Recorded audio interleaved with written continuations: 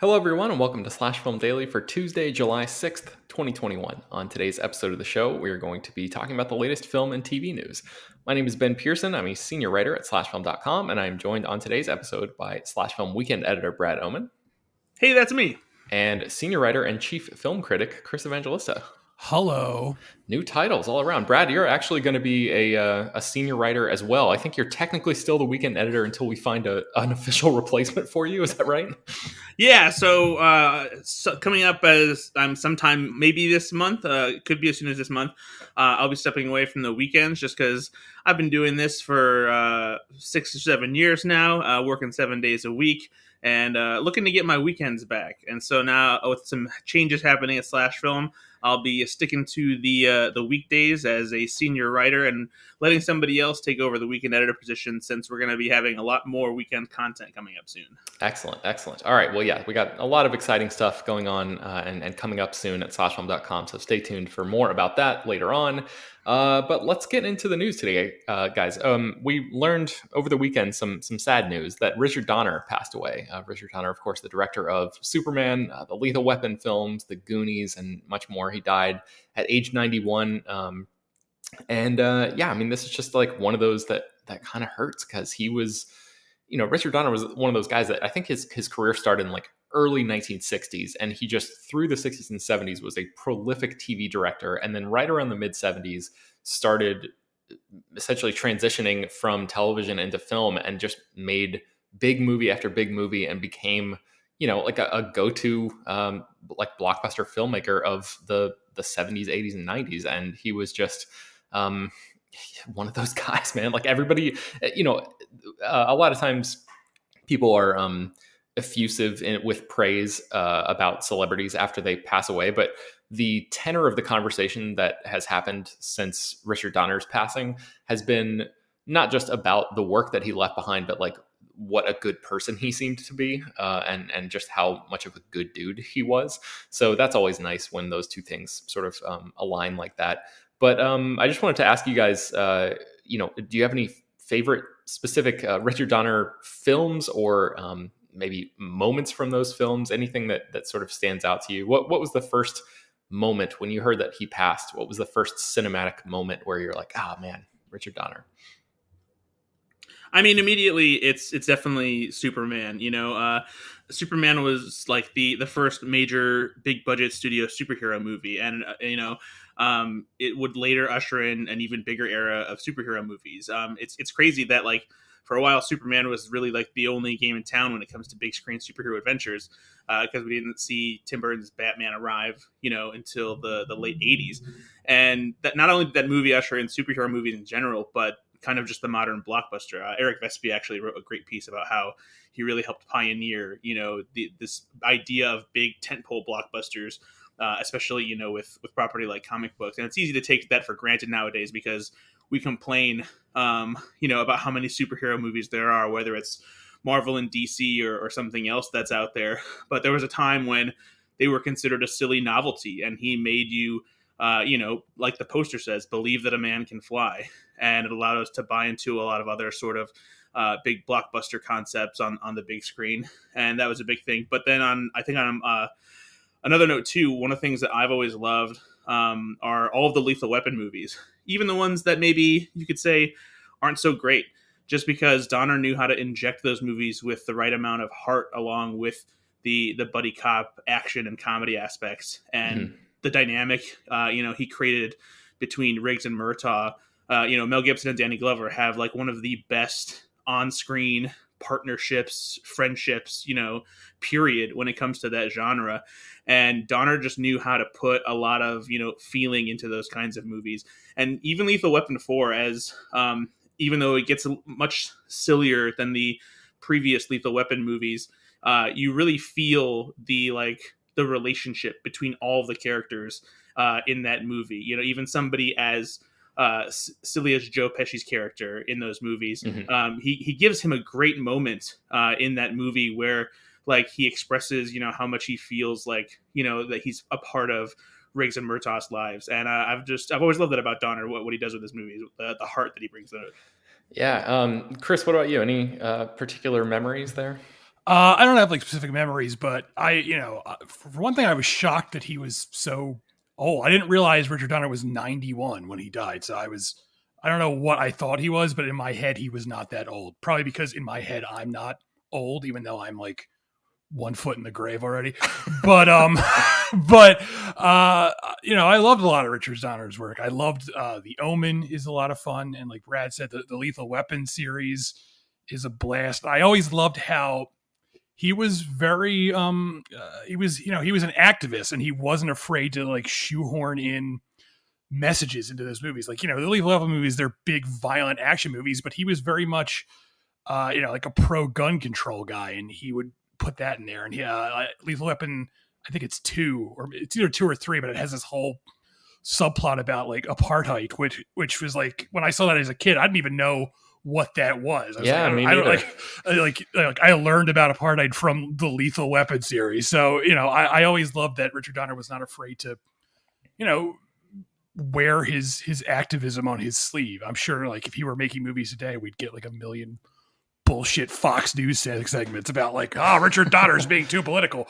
But, he didn't have to worry about that. And he just had such a interesting eclectic career because he had Superman, but he also had Scrooged, and he also had conspiracy theory. It's like it's such a strange list of films that he worked on, but he gave all of them a distinct personality. So he will be missed, and it's a shame that I remember like, even though I don't have any desire for Lethal Weapon 5, in the last few years or so, he did a bunch of interviews where he was like, I really want to make Lethal Weapon 5. And it's, it's kind of a shame that he'll never get to do that now.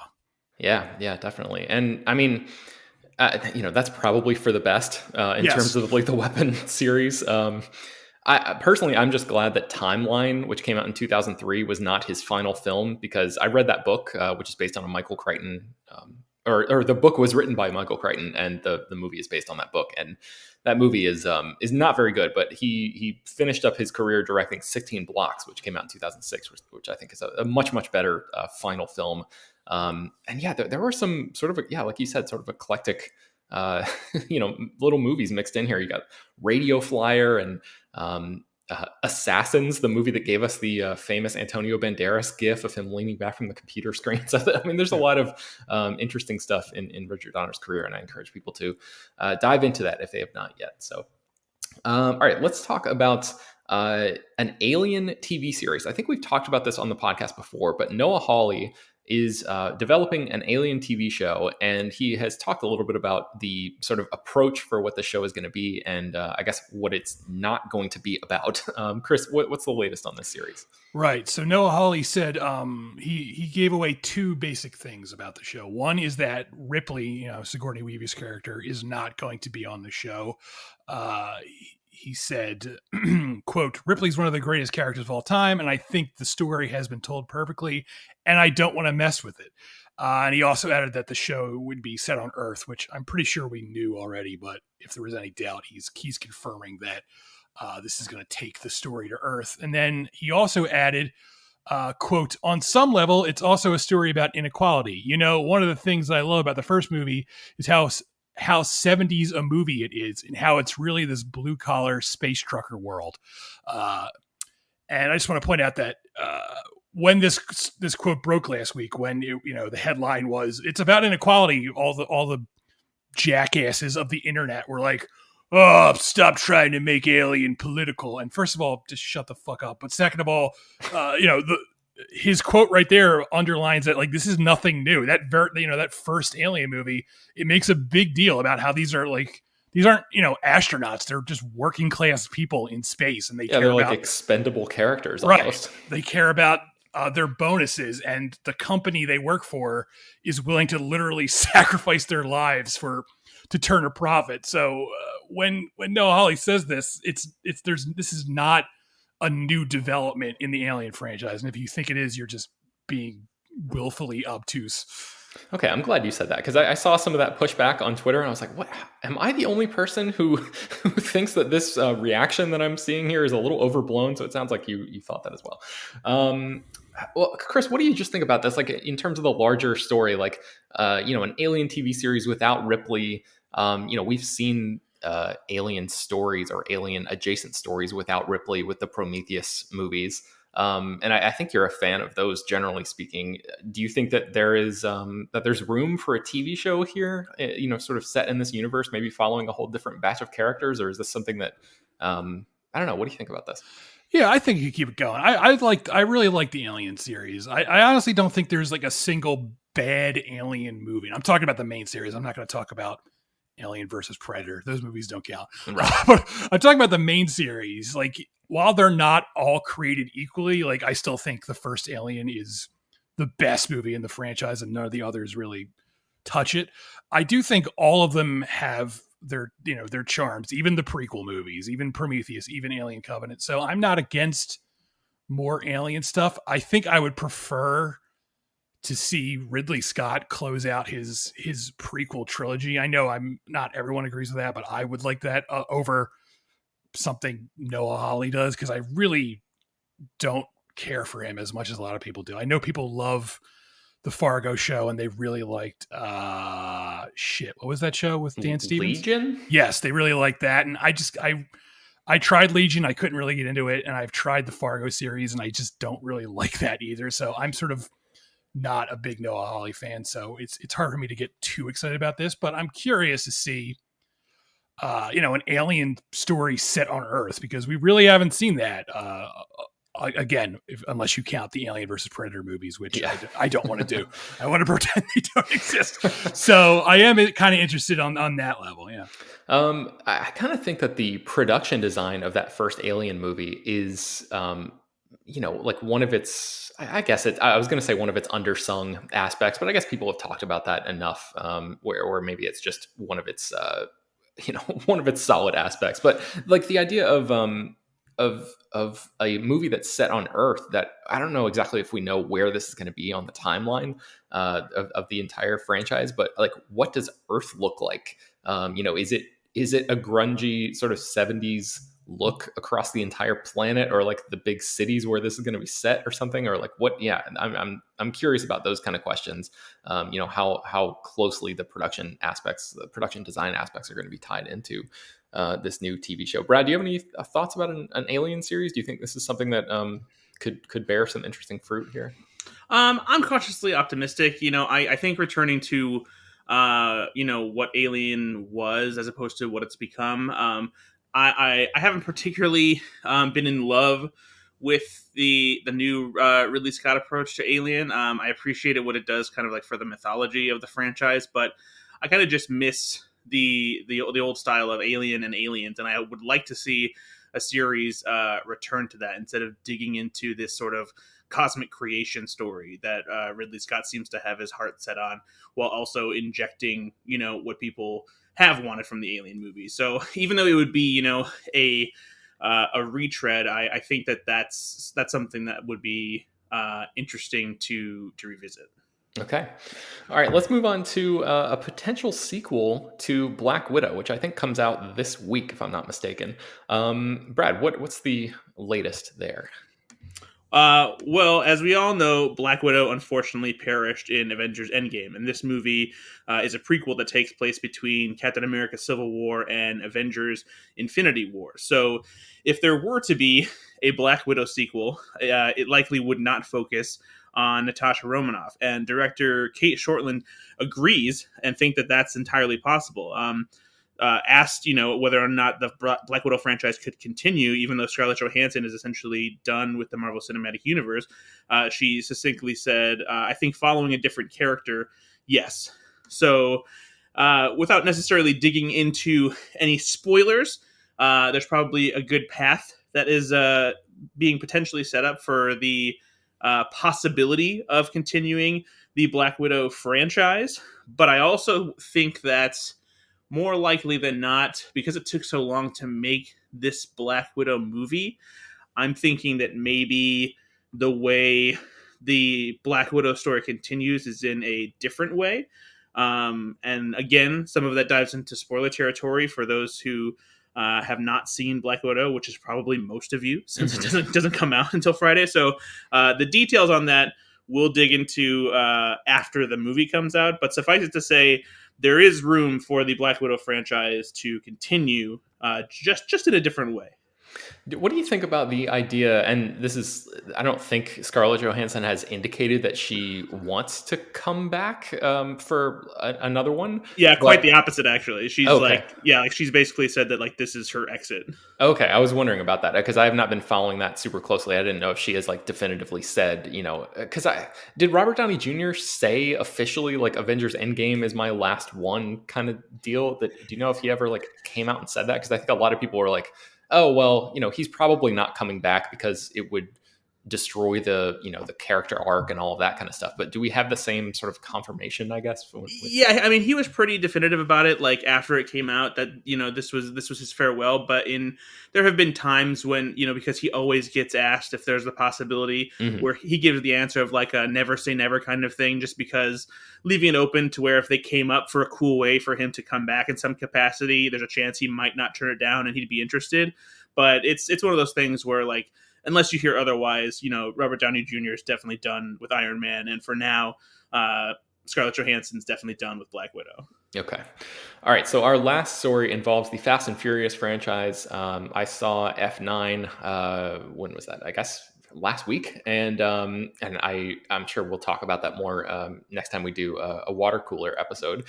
But whenever that may be. Yeah, who knows? F9 has been out for a little while now, so I feel comfortable talking about this story. But just in case you have not seen that movie yet and you want to just, not know a single thing about it, this isn't really a spoiler. But just in case you're super, super spoiler averse, maybe pause the podcast now. But Justin Lin, the director of F9 and who's going to be directing the two-part Fast and Furious 10 follow-up that is going to conclude the Fast saga, has talked a little bit about wanting to bring back Paul Walker's Brian O'Connor character in these final two movies. He said, obviously, Paul and his character Brian are the soul and heart of how we're able to move forward. Bringing him back is something I think about every day. As we approach the end of the franchise, it's a conversation I'm having, and I think about this possibility every day. But I know the decision to keep the character alive in the franchise was made while I was gone, so I have to be respectful about it. I need to feel good and confident in what happens. So he's talking about that decision that was made during the production of Furious 7, which he did not direct when Paul Walker passed away. And the decision was made to sort of bring in his brothers and digitally recreate some of his likeness to finish up that movie. And again, finally, I'm just going to, this is your final warning for F9 related spoilers here, but the Brian character does not literally make an on-screen appearance in F9, but the movie ends with his character pulling up in a vehicle to the Toretto house, but you don't actually see, a human or a digitally recreated version of Brian, or the camera behind somebody who gets out of the car who looks like Brian or anything like that. And in that moment, I thought that was a really good approach to this. But Justin Lin is somebody who has been one of the creative driving forces of this entire franchise, and he's talking about bringing this character back in some way.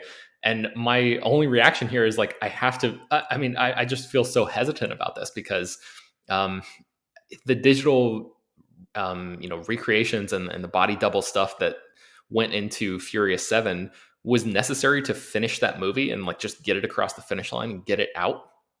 But to make a creative choice to include this character now when the option is on the table to not do that, I don't know. I'm really torn about this, but Chris, I know you're not, we've talked about this before. You have not seen these movies. You probably don't care that much about this, but Brad, did you see F9? And what do you think about the idea of bringing Paul Walker back into the franchise in some way?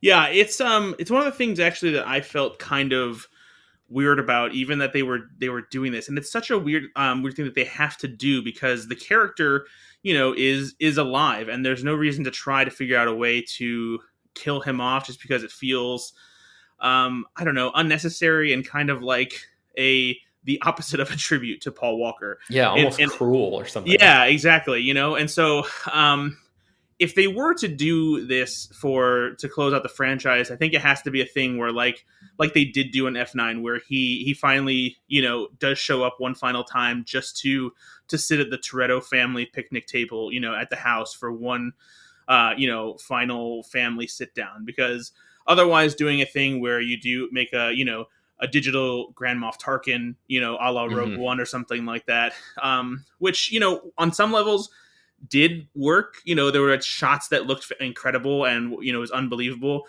In other ways, it just feels kind of creepy.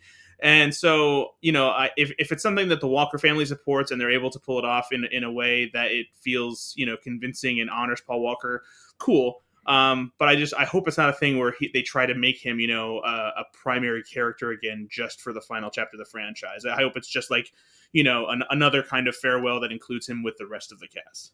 Yeah, it's almost like I wish that maybe the camera could take Brian's POV or something for a moment that you're talking about, like the same kind of thing that happens at the end of F9, where he just like gets out of the car and shows up one final time for one last meal with the family or something.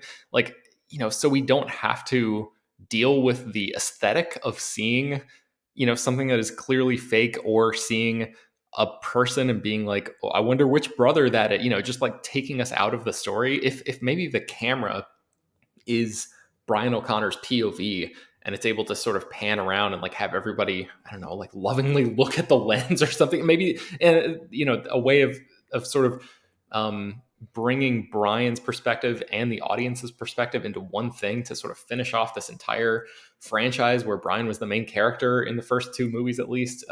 Maybe that's a way to do it. I don't know. I'm curious what Justin Lin is thinking here and what might ultimately happen, because I know that he obviously has a lot of respect for obviously Paul Walker and this franchise as a whole. So I know that he knows that people are hesitant about this. So we'll have to see. If you guys have any ideas or just general thoughts about any of this, I would love to hear them. If you have any pitches for Justin Lin, maybe I can relay them to him somehow. But you can shoot us an email at peter@slashfilm.com if you want to send any feedback, questions, comments, concerns, or mailbag topics. Please make sure to leave your name and general geographic location in case we mention your email on the air. But I think that's going to bring us to the end of today's episode of Slash Film Daily. You can find more about all of these stories that we mentioned on today's show at slashfilm.com and linked inside the show notes of this episode. Slash Film Daily is published every weekday, bringing the most exciting news from the world of movies and TV, as well as deeper dives into the great features you can find on the site. You can subscribe to the show on Apple, Google, Overcast, Spotify, all of the popular podcast apps. And don't forget to rate and review the show on Apple Podcasts. Tell your friends, spread the word. Thank you all for listening, and we will talk to you tomorrow.